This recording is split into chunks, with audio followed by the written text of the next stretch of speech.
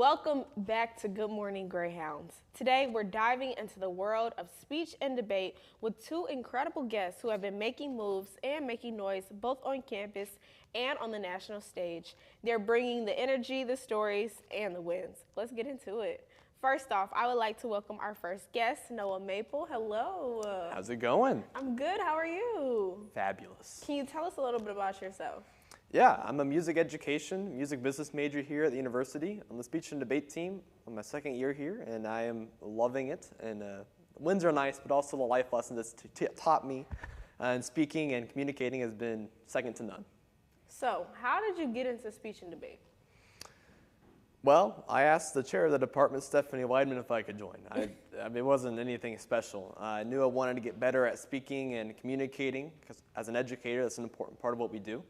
And from then on, it was just doing well. So I think we have something here that we don't usually have. Can you tell me about the National Speech Championship Team Sweepstakes? Yeah, so this is what we won this 2 weeks ago in Peoria, Illinois at the National Speech Championship. It's a division for smaller schools that kind of go in and compete against other small schools, so we actually have a chance at winning. So we got 10th place, which is really, really cool. So we are the 10th best speaking university, I guess you could say, in the nation, which is really awesome. How many teams are there?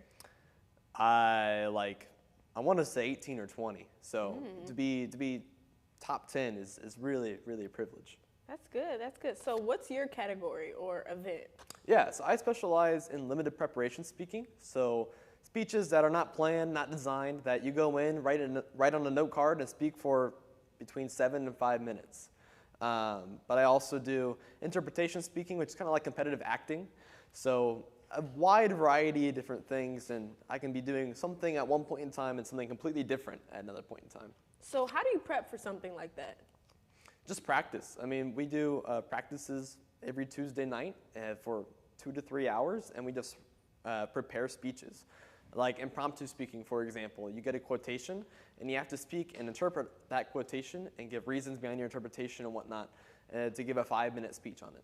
And that's a 2-minute prep time. So you're just writing on your note card for 2 minutes. Really, we try to get it to 90 seconds, and you speak for 5 minutes on it. So just whenever I'm out and around and see quotes on billboards or whatnot, I'm just thinking about how I can interpret that quotation and come up with examples that help my interpretation and my thesis on those quotations, and then just prep speeches in my day-to-day life. Do you have any favorite quotes or favorite topics that you got to speak about, or anything that you remember? Yeah. I think my favorite quotation that I like speaking on, I've not gotten it in an actual tournament, but it's by Rachel Joy Scott. Tomorrow is not a promise, but a chance. And it just is that idea that, you know what, tomorrow is not necessarily a guaranteed thing. So make the most of today so you can prepare the best for the future. And I think that's an interpretation of a quotation that I really like personally. Yeah. Do you feel like you have any challenges you had to overcome or face in general, or even just to get here in speech and debate? Oh, for sure. I mean, talking about speech by itself, I mean, talking and not knowing what I'm going to talk about going into a round is the scariest thing ever. It freaks me out. I don't like doing it, but I've realized the benefits that I reap from being able to think on the fly and be able to make stuff up if I need to as well. Yeah. So are you a good liar? I can't say that. How do you feel like it's impacted you personally? Confidence, communication, anything like that, leadership skills. How do you feel like that impacted you? Yeah, so I'm involved with a lot of leadership responsibilities, from church to here at school to different jobs I work at. And being able to communicate clear and concisely what I want done and what I need to happen is really helpful. But also working in classrooms and whatnot, it's really nice to be able to communicate with students from a variety of different age levels in different ways. And I use all that information that I learned from speech and debate to help me with that process. So do you feel like it's furthered you in your career, being able to communicate? Yeah, absolutely. I think it would further anybody in their careers to learn how to communicate effectively. So would you recommend me joining the speech and debate team? Absolutely. Absolutely? Absolutely. I want to win, though. So I feel like I'm a sore loser. The team will win. We got you. So do you have any goals or anything with this? For speech and debate entirely, I mean, like I said, the wins are nice, but it's all about the development. So I want to walk away from my 4 years on the team and whatnot and just say, hey, you know what? I am better today than I was 4 years ago in any way, shape, or form. And I know I can already say that today, but just continuing to get better and whatnot and, maybe win some championships on the way, but we'll see. That's good. Have you learned anything about yourself through this experience? While you've been on the team? So have you been on the team for 2 years? Yeah, it's my second year. So all 2 years, what have you learned about yourself? That there is, I'm a music major, so obviously practice makes perfect as far as that stuff goes. But I thought that was kind of only siloed to being a music major and playing an instrument. But it really goes beyond that into, if you want to be a good speaker, you got to practice communicating. But not just practicing by sitting down and writing speeches and practicing speaking in a mirror, but you have to actually get in front of people and learn how to speak that way, because that's the scariest part of public speaking or any kind of speaking, is doing it in front of people. And I think that is one of the most interesting things about it, is that you have to learn how to practice in a way that you're going to be performing in. And I think that's the biggest lesson that I've learned. Do you feel like there are any misconceptions that people have about speech and debate? Yeah. Tell me about them. We are not communication majors. I'm going to tell you right there. We have a communication minor, a couple of communication minors on our team. But we don't have very many communication majors. Hello, voice today. It's okay. So we come from a lot of different backgrounds. Ian, who's going to be on in a second, is also a music student, a music education student. We have a pre-medicine major. We have criminal justice. So many different majors and backgrounds. So it really is an interdisciplinary skill, learning how to speak concisely and effectively. Do you feel like music and communication kind of tie in together, or you think it's separate? Yeah, music. I think that a lot of times we silo music into performing, which that is what it is a lot of the time. And that's exactly what speech is a lot of the time too. You're performing something either on the spot or you're doing something prepared. It's all about performance. It's all about the performance. Yeah. So if you had one word to describe your journey, how would you describe it? One word to describe my journey. One word. Like through speech and debate? Like one word to describe through speech and debate my journey? Yeah. Probably mellifluous.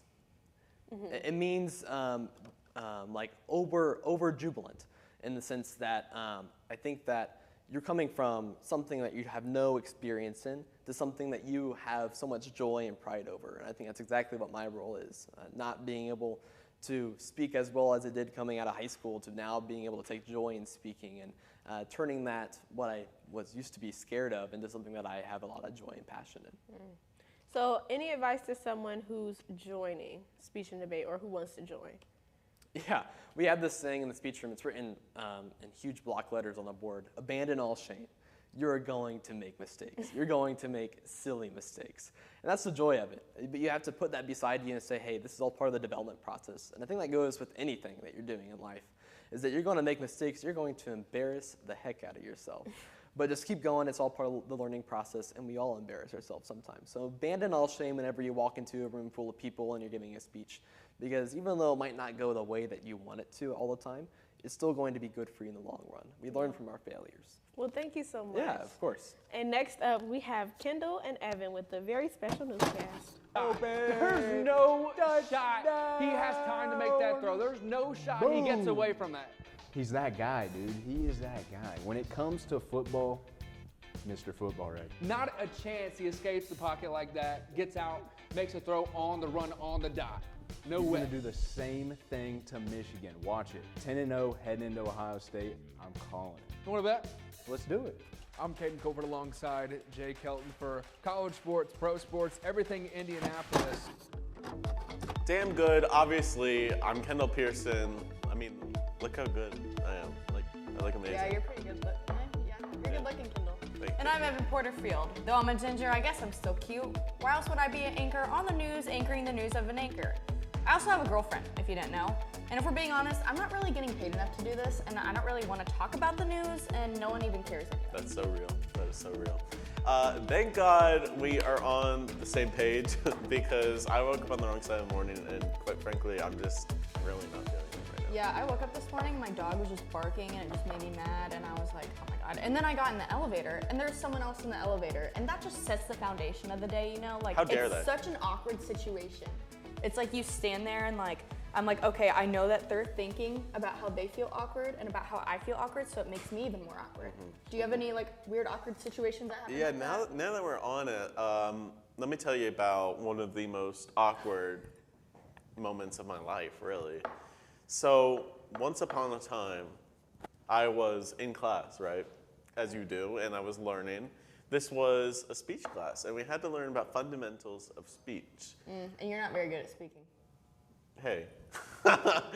Anyway. So I was we had to like make a poster, right? And so, anyways, I don't know how this happened, but like, I was just making the poster, and then just like, a little bit of like, spit came out of my mouth. And it fell on the poster. You ruined the whole poster. I ruined the poster, and everybody's like, ew, Evan, what is that? And I was like, we don't need to talk about that. Okay, I have one that goes perfectly along with this. So whenever I was in 2nd grade, you took I-step, right? Yeah. And do you remember like the outer Actually, I lines and it didn't was take like, I-step. don't put anything outside of this line, like don't write, don't mark, or you can be counted off. Yeah. So it was 2nd grade and I had just gotten this weird retainer thing in my mouth, right? And I was looking down trying to take my test and spit just came out of my mouth, but it got on the outside of that line. So I started freaking out and I called my teacher over and I was like, oh my God, I'm gonna fail I-step because I spit all over the paper and it's outside of the lines. Man. I think about that often. Yeah, it's traumatizing. I mean, is. like, spitting on things, it's a problem we all suffer with, really. So I'd say that's like awkward and embarrassing. Do you have another embarrassing story? Another embarrassing story. So once upon a time, you know, I debated on telling you guys this story, but I'm gonna do it. Please tell me. Please tell me. So once upon a time, I was in Tennessee and I wanted to go on a nice little walk, and there was this giant mountain, right? And it was actually where my aunt and uncle lived. They lived on top of the mountain. So I was like, I'm gonna walk down the mountain. I'm gonna walk up, and it's gonna be a good morning walk. A hot girl walk. Yeah. Yeah. But as I was walking up, I was like, damn, this is really steep, and like my legs hurt, and also I have to go to the bathroom. And so, as I'm walking up with my brother, by the way, I tell him I can't do it no more. I have to go to the bathroom. I have to go. Like, it was so steep and I was in pain. Anyways, I went to the bathroom on the side of the hill, and my brother ran up and told my aunt, and it was really embarrassing. So like, did you wipe? So that's the other part of the story. That's the other part of the story, because basically I was like, I have to wipe. Like, what am I gonna do? And then like hiking with that, And you're probably so- sweating too. Yeah. Yeah. Oh my Yeah. gosh. So what I did is I made this plan where it's like my brother Braden. I was like, Braden, run up the hill to the house and grab me a roll of toilet paper. And then he ran upstairs, up to the house, and grabbed toilet paper. And as he was leaving, that's when my aunt found out, because she's like, "Why are you grabbing toilet paper?" And he was like, "Evan's going to the potty in the hill." Oh. So. You know what? I haven't done that yet, but I will say I've peed while hiking, Okay. but not to your extent. Yeah. Okay, anyway, well, I'm glad your aunt was like okay with it and still accepted you after the fact. But Yeah, I would say that would probably be like a pet peeve of mine after that. Yeah, I hope you guys can accept me after this. And if I have to resign, I could do that. I would understand. Okay, so another topic to get to know you a little bit more. Yeah. Pet peeves. What's something that someone does or says that you just, oh my God, it grinds your gears? Because I could think of 85. So I knew this kid in grade school who loved ketchup, and he put it in everything. And once he had a cup of yogurt and he put ketchup in it. He mixed it. And so ever since then, anytime people eat ketchup, it rubs me the wrong way. And I know that's crazy to say, Do you put but ketchup on your burger? no, I don't like ketchup. Dang. After you see somebody put ketchup in their yogurt or ice cream once, you can't go back. It was disgusting. So when I was little, like I used to eat ketchup, right? I eat ketchup now.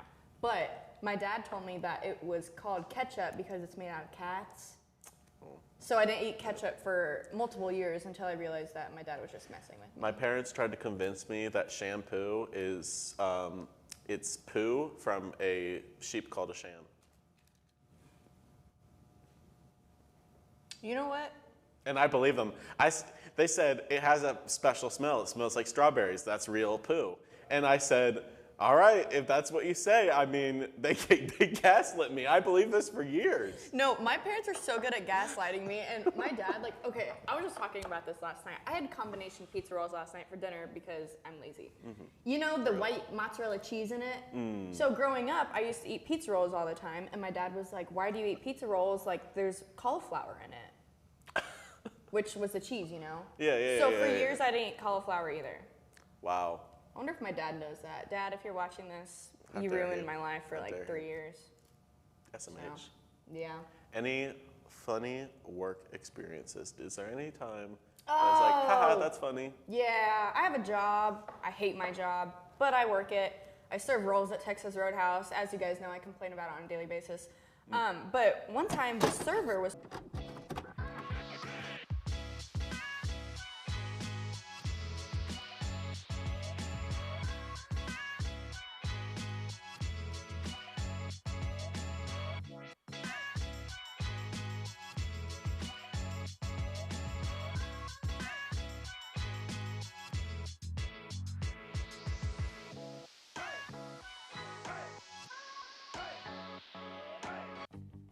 Emma Donnan, elementary and middle school. Discover the Donnan difference. A school where you can celebrate others. Come together as a community. Be a part of a learning environment where students and teachers are appreciated. Emma Donnan, a culture that can't be beat, that's going onward together. A school filled with love. Emma Donnan. I love my school. I would like to take a warm welcome Ian Brooks to the show. Welcome. Thank you so much for having me. How are you doing today? Living the dream. How are you? I'm good. I'm a little tired, but you know, as always, I'm Happens. here. I love this bubbly energy you have. Always. So first off, tell me a little bit about yourself. Yeah, so my name is Ian Brooks. I am a music education major. I'm a sophomore. I'm sort of known for being overly involved in like everything this university has to offer with Real. like Same. Twin. yeah, like a million different activities. My biggest passions in life are education, so hence the music education major. I love hiking as well, and my favorite Hiking outside? Yeah, Oh, no. of course. Oh no. And my favorite pasta shape is cavatappi, and I'm very passionate about that. Okay. I love all the details. So how long have you been on the speech and debate team? Yeah, so this is my second year on the collegiate speech and debate team here, but I also competed in high school for about 1.5 years as well. So you're experienced. yes. Okay, so do you have any leadership roles Yeah. in the speech and debate team? So for Uindy speech and debate team, I am sort of like in charge of debate, like all things debate. And I help the team with that. I'm sort of like the peer mentor type of thing. So my job is to make sure that everyone is able to meet their own personal success. But I also coach speech and debate at the high school level as well. Really? Yes. So when I join speech and debate, you're going to be my coach? Of course. Of course. Okay, I love that. So what specific event did you have at Nationals? Yeah, so I brought 3 events to Nationals. Okay. Yes, so we had group improv, dramatic interpretation, and programmed oral interpretation. Okay. Which is a really weird way of saying competitive acting to further an argument. It's fun, but yeah. So tell me what's that like? Like, what are you doing in those events? Yeah, so interpretation events such as program oral interpretation and dramatic interpretation is entirely competitive acting. So for my dramatic interp, I was telling the story of a father recording videos to his son because he's dying from cancer, right? Like tragic stuff. Yeah, not exactly as bubbly as I am. And then program oral interpretation, my argument was that LGBTQI plus people do not have enough access to addiction treatment. So it was telling the story of relapse through a specific instance. It's also pretty tragic because they overdose and stuff, and it's not ideal. But for group improv, that is you get a topic, and then you prepare that topic in front of the judge, and then you do a scene. and it is wacky hijinks, to say the least. So why not theater? Why not theater? Yeah. I did theater in high school, but honestly, for me, my biggest passion or my biggest enjoyment out of the art form comes in practice, not performance. I love refining, I love polishing and such, and I think theater, there's such a big emphasis on performance that it's not necessarily for me. Okay, that makes sense. So how do you prepare for these events? Yeah, so with the interpretation events, it is a lot of polishing. I mean, I wrote my script for POI, Programmed Oral Interpretation. Okay. I wrote that last May, and I've been polishing it ever since. It's many, many months, and then Wow. almost a year at this point. And then dramatic interp, I wrote the week before nationals, but still had success, so it was fine. And then group improv is just a lot of practice.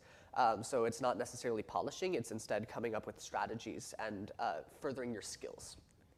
So do you have any nerves or surprises when it comes to competition time? Like, do you ever get in your head? Oh yeah, I am such an anxious person. That Really? Because you don't take me for the type at all. Stop, my therapist would be so proud. We love therapy. I know, right? Yeah, so I am a very anxious person. So beforehand, my competitive nature also sort of gets in the way because I'm also competitive. So I'm like, I have to do well or else. Yeah. And then I get in my head. But I have routines, such as listening to Fergalicious by Fergie. Oh and my that's like gosh. how I get in the mindset, and it's a blast. I can't believe that's your song choice. Of course it is. Are you Like kidding? is that for every tournament? Every tournament at 7 a.m. I'm on my way to Uindy. and Fergalicious. Definition, yeah. But since we are on the topic of nerves, I had the opportunity to talk to students on campus about their nerves and most embarrassing moments during public speaking. So, who am I here with today? I'm here with Matthew. Matthew?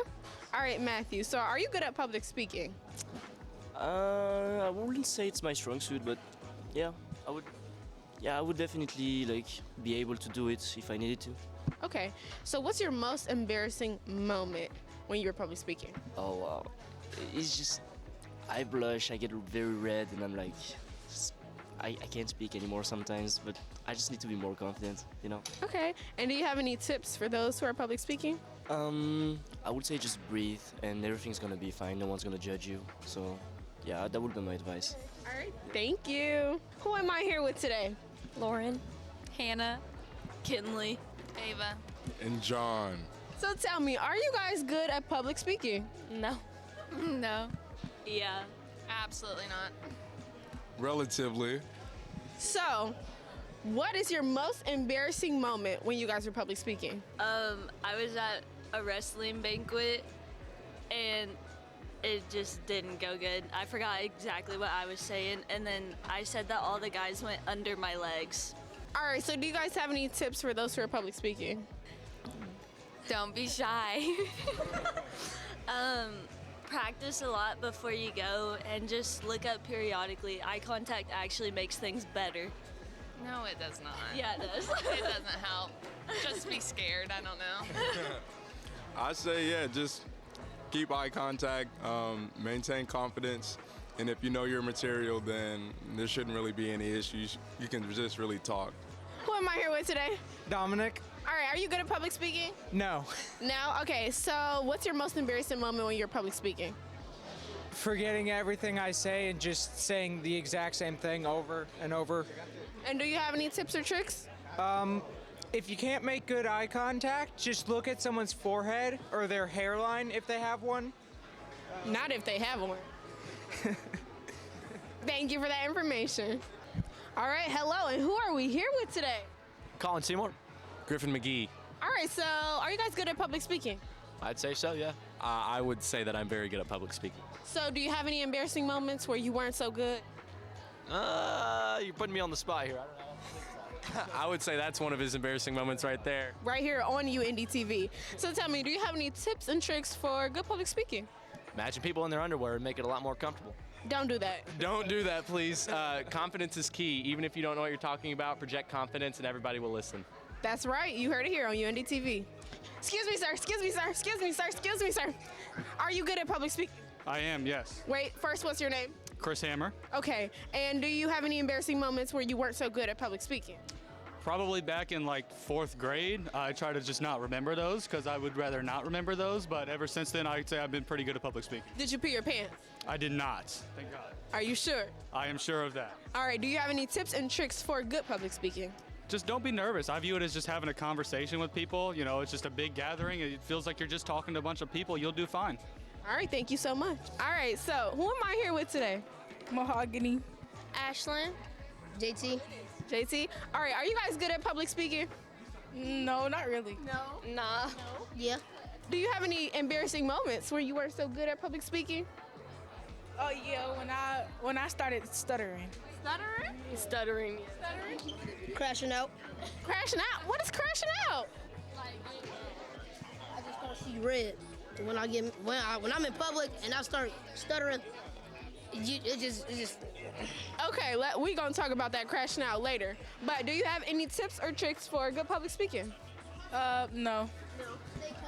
Stay calm and don't worry about anybody else what they saying. Stay calm. Stay calm. That's it. And what about that seeing red? Try your hardest not to.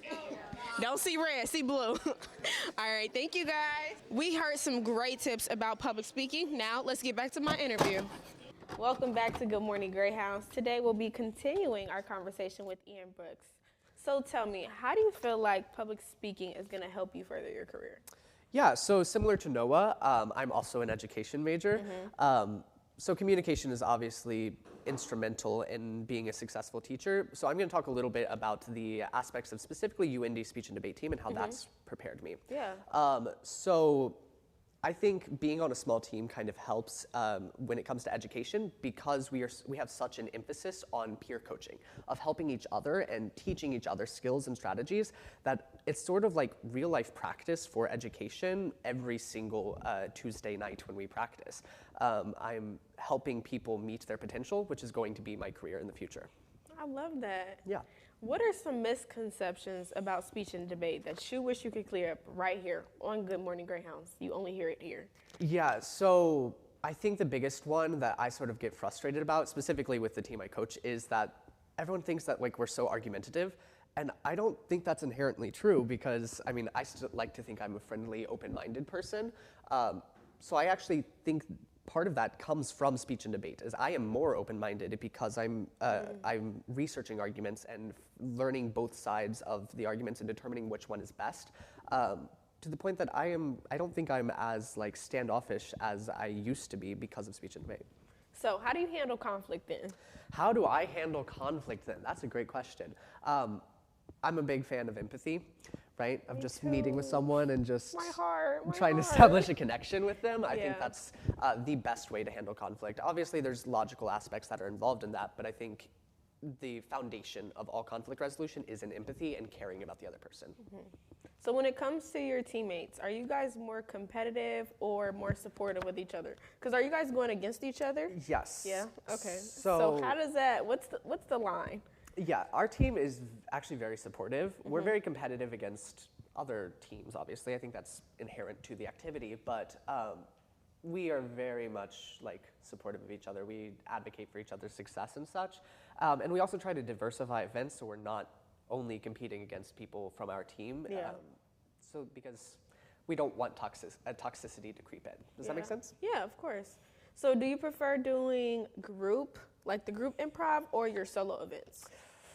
I'm gonna say solo, and I'm sorry to my teammates, but I'm very much a control freak. I don't know if you get that vibe from me. And a little bit. Yeah. A little bit. I wasn't gonna say anything. We'll say meticulous, right? Okay. I think every aspect needs to be like perfect, and it's hard for me to get that way with a group of people. I feel like I'm being rude and standoffish, which I think is going back to education as my future career goals. Yeah. I think that is a necessary skill and challenge to overcome that I get, again, application and practice through speech and debate. With your group improv, is there anything that you wish you could change? Formatting, any specifics, any details? Oh, I hate thinking on the fly. So if it were not improv, it'd be perfect. but that's kind of inherent that what to you're- improv, I guess. I don't Right, know. right. So do you have any like rituals with your team or anything like that? Yeah, so we do, we call them warm-ups, right? Like to get our mind in the zone. So at the start of every tournament, we do like diction exercises to warm up our faces, and we like do just kind of fun activities. Like we scream "bad dog" a bunch of times to like get volume and start supporting from your diaphragm and such.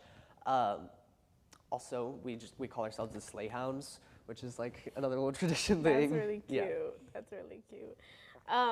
If you could have your dream event speech, what would you do? What would you be doing? My dream speech.